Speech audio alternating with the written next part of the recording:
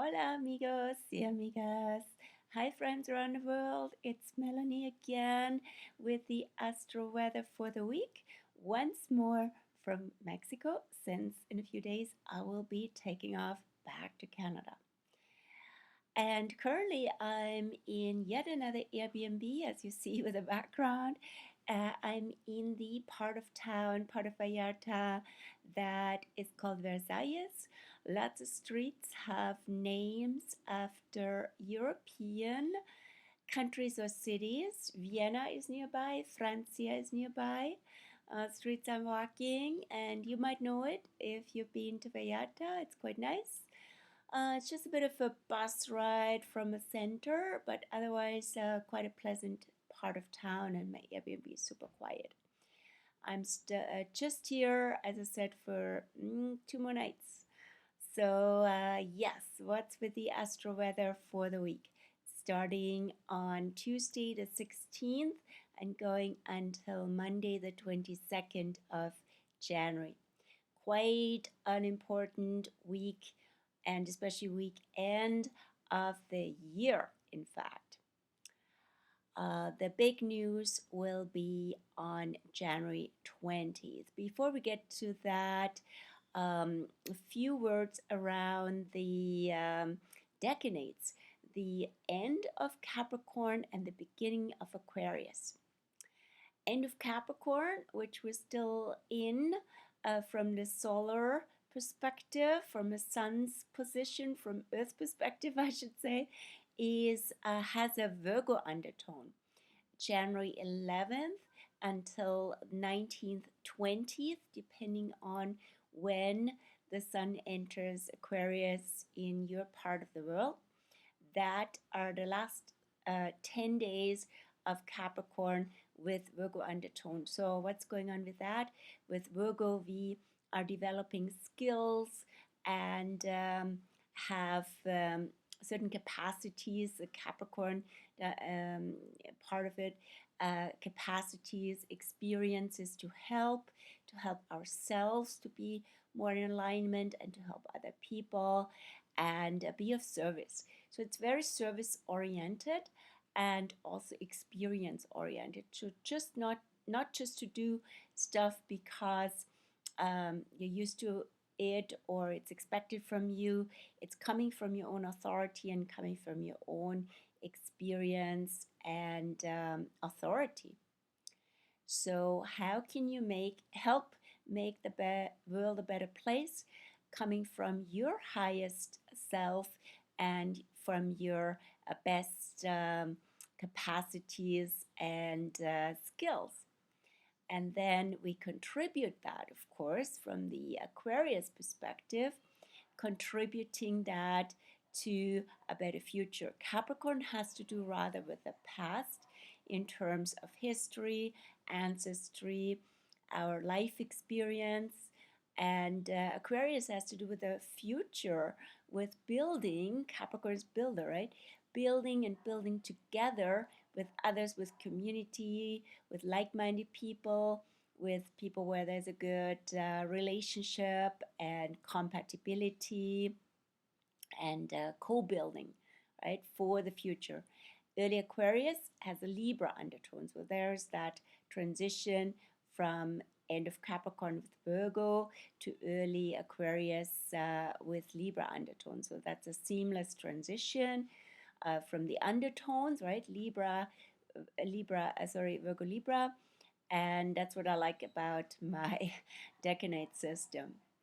So yes, it also has to do with being with people, again, where you know you can rely on each other, and it's really a compatible dynamic. There might be tests around that, which typically happens. It's not just a given.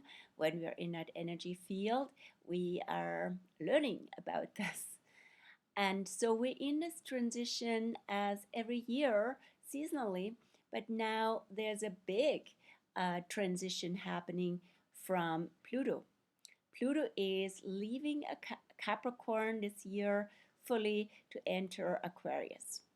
And we had last year, end of end of March till mid-June, already phase 1 of the Pluto transition into Aquarius. So first precursor, first experiences around that. And then now from January 20th, we enter the second phase. And that means also most of the year, Pluto will be this year in Aquarius. Starting January 20th, going until September 1st. Then Pluto goes once more, very briefly, back into Capricorn for some last wrap up, or whichever we might experience that as. And then finally going fully into Aquarius on November 19th. And that full Aquarius phase will extend until 2020, 43, 44. So it's 20 years of Pluto in Aquarius are coming. That's a big deal, obviously.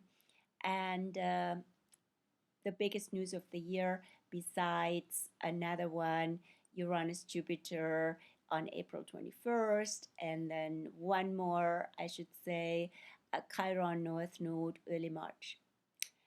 So the first half of the year, or actually here January till April, are huge astrologically for 2024. So what's with this Pluto Sun dynamic on January 20th?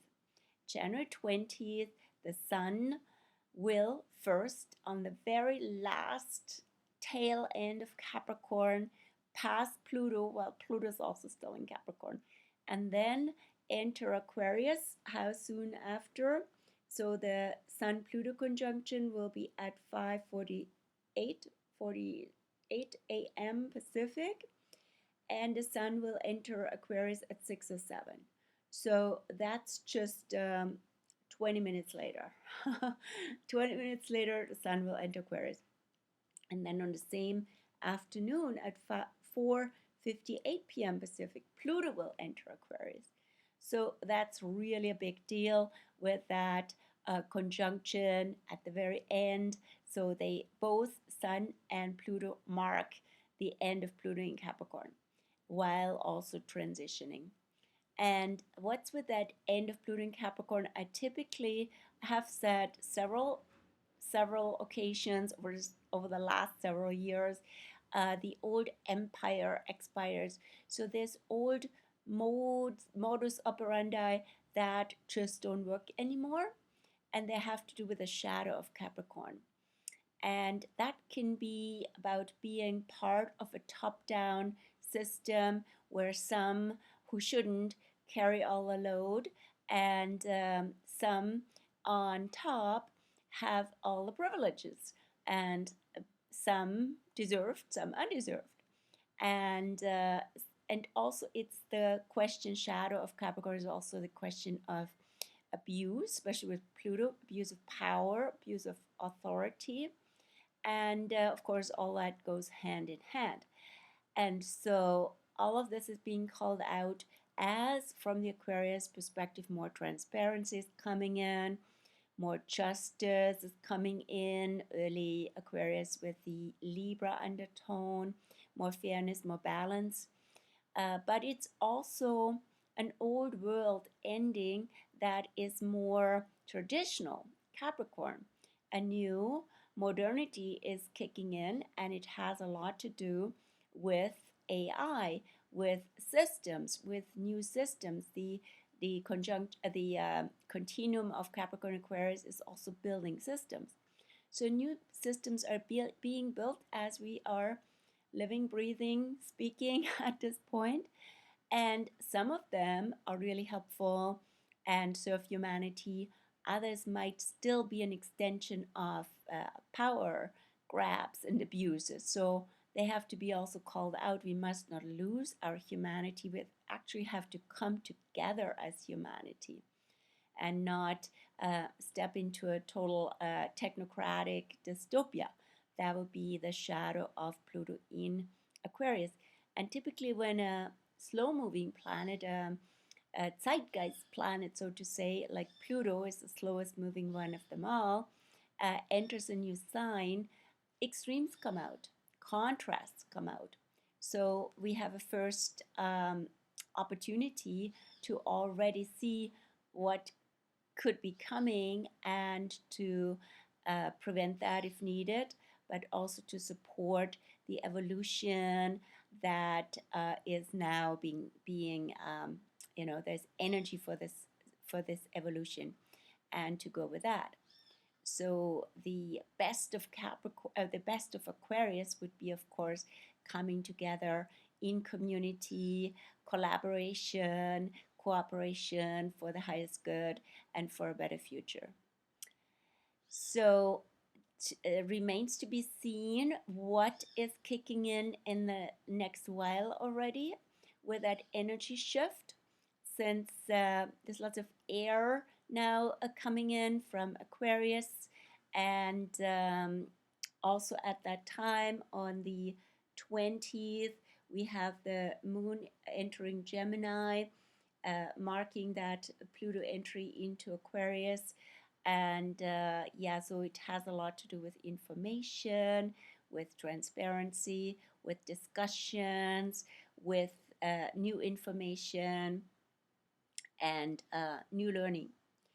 So and also the Pluto into Aquarius dynamic links with the planet of Aquarius, Uranus, going soon on January 26th, 6 days after actually, going from retrograde to direct. So I already want to say a little bit about that because it's directly connected.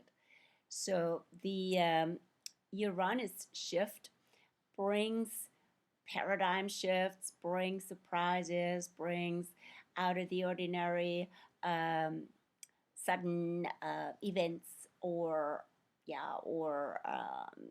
shifts in our consciousness, really, right? That wants to help us to be freer, to be more liberated. And the second half of January that we're entering now is also has a signature of the stationary Uranus. Uranus going slowly from retrograde to forward, so it's quite a focal point as well. And Uranus is currently in Taurus, where Uranus is not so happy per se as in that system of decanates and rulership, and so sorry, not decanates, rulership. Uranus, why is Uranus not so happy in Taurus? Uranus has been in Taurus since 2019. Taurus has to do with the earth, with nature, with biology, with anything organic, with food, with value, with also gathering and having security and stability, especially. Uranus disturbs and disrupts. So there's been lots of disruption also to the economy, to the monetary system, from top down, but also from bottom up, with reinventing, experimenting with digital replacement of our usual monetary system. So we see more of that, of course, especially when Jupiter will join Uranus and basically amplify that whole Uranian effect. And that alignment will be exact on April 21st. But they're all connected, right? So there is Pluto going to Aquarius, and where also Pluto is not comfortable because Pluto is the most powerful traditionally positioned in Leo, where it's the power of self-expression. And in Aquarius, humanity really has to come together to claim their power. Actually, the last time Pluto was in Aquarius was during the French Revolution, interestingly, right? And so it's all linked. Pluto in Aquarius, Uranus going forward, Uranus being met by Jupiter in April. And there will be lots of shifts and changes coming up in the next few months. And what else is going on this week? Not so much otherwise. The moon will enter Aries. The moon is now in Pisces and will enter Aries on Monday evening. I'll post this time on Sunday already. I'm a little ahead of it. The moon enters Aries on Monday evening, will be in Aries until Thursday just after midnight. And that, being a waxing moon and being in the first sign of the zodiac, that's definitely a boost for newness, kicking off that new moon phase that technically started with a Capricorn new moon on the 11th. And so anything you'd like to get started, restarted, fully started into the new year, great time with the moon in Aries. Then the moon enters, yes, of course, at that time the moon will be also half moon, quarter moon, so in square with the sun in Capricorn. That will be exact on the 17th, on Wednesday evening, which can cause some friction, but it can be also really great dynamic energy between being bold, being courageous, starting fresh, and also going with experience and some solid ground under your feet. Then it's also conflict. It can be also conflict between the old and the new, right? Then the moon enters Taurus, as I said, on Thursday, will be in Taurus until the 20th in the morning as well. And so the moon in Taurus will have a lot of nice, solid grounding trines, earth trine with all the Capricorn energy currently, with the Sun, with Mercury, and with Mars. They're all in Capricorn, and Pluto at the time still as well. So that is also a good energy to come back to routines as needed, and also to do wherever you need more grounding, you need more comfort, you need more security. All of that is enhanced. So do something that gives you a sense of a solid sense of self, a solid sense of purpose. All of that is great with Taurus Capricorn. And it's a very preserving, conservative energy. Then the moon goes into Aquarius, and that's quite a shift from all that earth into lots of air on Saturday the 20th, as I said. The moon goes into Gemini, Sun goes into Aquarius, Pluto goes into Aquarius. So there's really a shift into the mental, intellectual, informational world, especially since lately we have hardly had anything in an air sign except the South Node in Libra, which showed us where relationships and compatibility is not really good, or fairness, balance is not really good, and we need to make shifts. And South Node in Libra, North Node in Aries. So in other words, also come back to ourselves. What do we need to do at this point? And maybe start fresh, get out of something that's not a good match. And then, yes, the moon goes eventually into Cancer on the 22nd. That's Monday, Moon Day, in the afternoon. And so that is where the moon is at home, and it's a waxing moon because and not just because the full moon is coming close. Sir, full moon will be on the 26th in Leo Aquarius, and Cancer, the waxing pre-full moon in Cancer will be also can be very nurturing, especially in the otherwise potentially very detached, very cool Aquarius world that we are entering. So take care of your homey and your personal needs. If you come back to your rhythms, to your cycles with the moon in Cancer. Then one more alignment this week, that is Friday, the 19th. Friday is the day in the days of the week, right? Each day of the week has been named after Roman gods or goddesses. And then it also has have been influences by the Norse gods and goddesses. In the Latin culture, Friday is vendredi, is viernes, is Venedi in Italian as well, right? So they all relate to Venus. And in the Norse, it's culture, it's Freya, also goddess of love, beauty, attraction. So Friday is Venus Day. And on this coming Friday, Venus will make an alignment with Neptune, her higher octave in Pisces.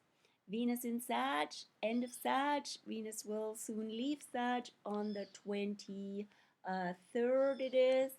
And at the very end of Sag, she will go into square with Neptune in Pisces, in its own sign.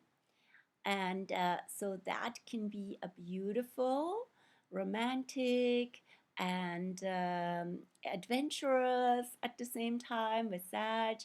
A time if you are traveling at this time. I have a few friends, I connected with a few friends from my own travel who are about to travel. This is a wonderful time to just be in the flow, be open, and enjoy the good times while also surrendering, adapting, and surfing the waves of life.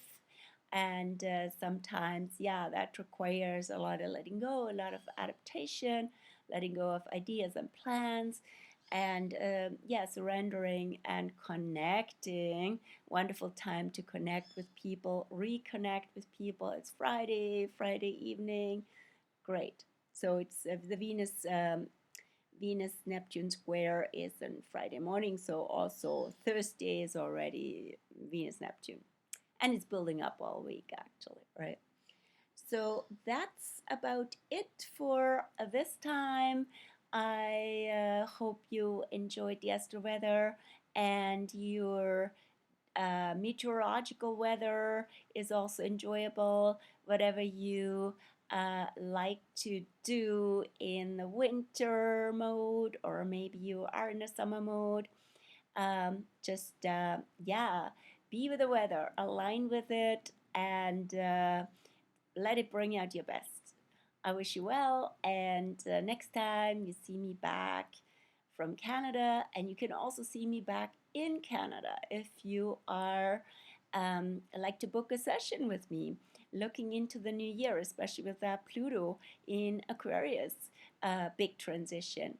So I'm available again for in-person sessions in Victoria, and of course, as always, for online sessions. And soon the courses, classes, workshops will start again after the Aquarius new moon, which will be February the 9th. I wish you well, and all the best. Ciao, ciao.